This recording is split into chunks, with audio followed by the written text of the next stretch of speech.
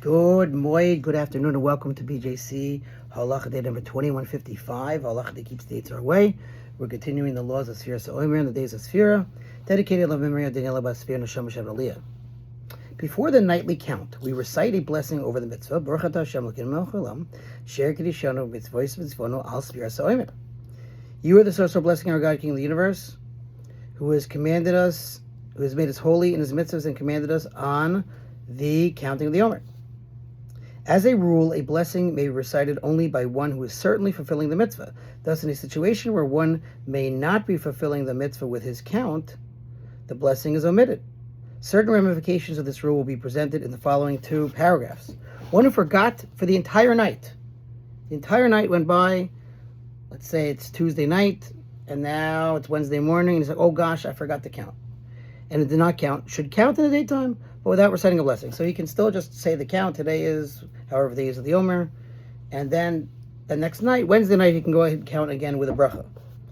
He says here, according to some authorities, the mitzvah is only to count at night. Therefore, although one who did not count at night should count during the day to fulfill the mitzvah, according to those who rule that one may count during the day as well, the blessing is not recited, following the rule that we do not recite a blessing when there is a doubt about the obligation to do so. If one recites Marv early on Friday night, and then realizes that he has not counted Sfira the previous night, he may, if it is still daytime, count then without a blessing, and then continue to count on subsequent nights with a blessing. Okay. Very good. Back upstairs. On the following nights, he counts with a blessing, as we mentioned. So now he caught up in the daytime, he counted but without a blessing. Now he can count with a blessing the following nights. If he forgot to count during the entire day as well, he should still count on all the following nights, but without a blessing. At that point, he messed up. Now, some people, he should go next to someone who can motzi him, can say the blessing. He'll say Amen, and then counts.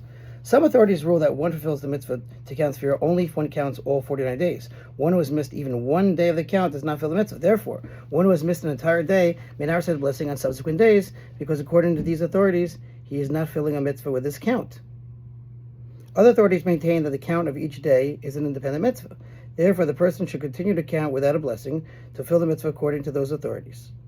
It is proper for him to listen to the blessing that the chazan recites, or listen to another recite the blessing with the intention of exempting him as well, and respond with Amen with the intention to exempt his own possible obligation of reciting a blessing, as we just mentioned. Fine. Now,